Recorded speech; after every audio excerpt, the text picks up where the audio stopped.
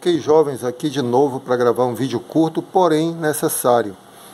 Continuando aquelas definições que a gente está formando a linguagem, não é? Que é para, como nós vamos nos referir, embora eu desconfie que vocês já conhecem essa linguagem, né? Porque o nosso assunto desse curso, na verdade, dessa disciplina, são coisas que a gente ensina no ensino médio, né? Então, alguns já devem ter tido contato com essas coisas, com essa linguagem. Muito bem. Então, nós paramos aqui na seção longitudinal. Vamos definir o que é um prisma reto. Prisma nós já sabemos, né? São aqueles poliedros convexos bem especiais, que têm duas faces congruentes, que nós chamamos de base, né? Então, nós dizemos que um prisma é reto quando as faces laterais, as arestas laterais, que são as arestas das faces laterais, são perpendiculares às bases, não é? Então, em palavras, um prisma é reto quando passei aqui para outra folha, quando as arestas laterais são perpendiculares às bases, ou seja, suas bases são seções retas, né? Então, o que a gente percebe é isso, né? As bases aqui são seções retas, e toda seção transversal também é uma seção reta, né? A seção transversal é você cortar o prisma paralelamente às bases. E se você cortar paralelamente às bases, você vai cortar perpendicularmente às arestas laterais. Portanto, aqui coincide, né? A seção transversal coincide. As seções transversais coincidem com as seções retas e as bases são seções retas também. Além disso, você percebe que as faces laterais num prisma reto são perfeitos retângulos, né? São retângulos, que normalmente são paralelogramos, né? Paralelogramos. Mas aqui, no caso, como essas arestas laterais são perpendiculares às arestas da base, então você tem, como chama, retângulos, tá certo? Muito bem. Além disso, a altura vai ser a própria medida de uma aresta da face lateral.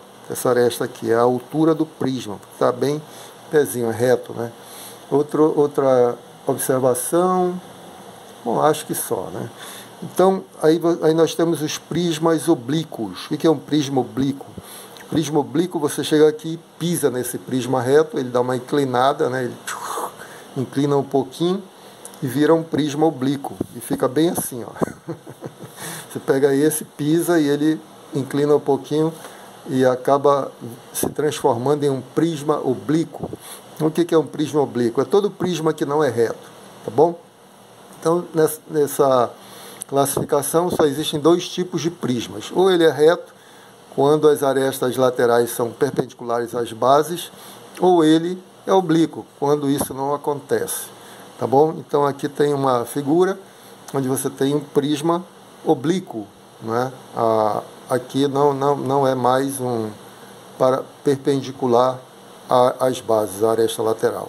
A altura também já não é mais a mesma medida de uma aresta lateral, mas vai depender desse ângulo aqui, do ângulo de inclinação, né? Então a gente faz aquela continha usando esse triângulo retângulo aqui. Isso a gente vai fazer já. Bom, além disso, o que mais que eu posso destacar aqui? É isso, né? Além disso, nós temos ainda um prisma regular. O que é um prisma regular? Um prisma irregular quando as suas bases são polígonos regulares, tá? Prisma irregular quando suas bases são polígonos regulares. Ou seja, se você tiver, por exemplo, um triângulo equilátero, aí você tem um prisma regular. Quando você tem um quadrado, você tem um prisma regular, tá bom? Isso é um prisma regular, nada mais. Então, o que mais que eu posso destacar? E também um prisma pode ser classificado quanto à sua natureza, digamos assim. A classificação quanto à natureza depende do polígono que está na base. Se o polígono for um triângulo, você diz que é um prisma triangular. Se for um quadrângulo, um prisma quadrangular. Depende do número de arestas que tem no polígono da base, tá bem? Depende do polígono da base. Então, nada mais, nós vou fazer um outro vídeo daqui a pouco com alguns exercícios, né? Vamos fazer uns exercícios para a gente manipular essa coisa, entender melhor essa coisa do prisma.